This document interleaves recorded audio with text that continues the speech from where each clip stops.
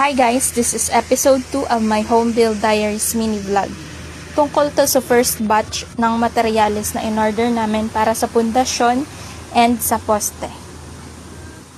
Pagkatapos namin makahanap ng supplier, nag-order kami ng 1 kubiko ng graba which cost 1,380 pesos. Ang particle size ng graba pala ay 3/4 inch or 19 mm. At syempre hindi mawawala ang mga kabilya at 2x2 na kahoy para sa pagpoposte.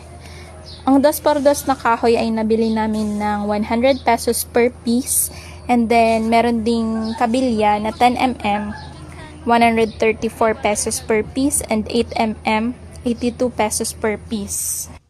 Bumili din kami ng CHB or concrete hollow blocks na 14 pesos per piece.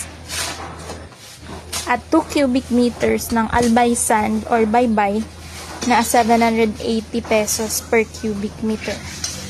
Madami pang additional na materials. If you're interested, check out the description box or like and follow me at Facebook, YouTube, Instagram, and my TikTok account. Have a good day!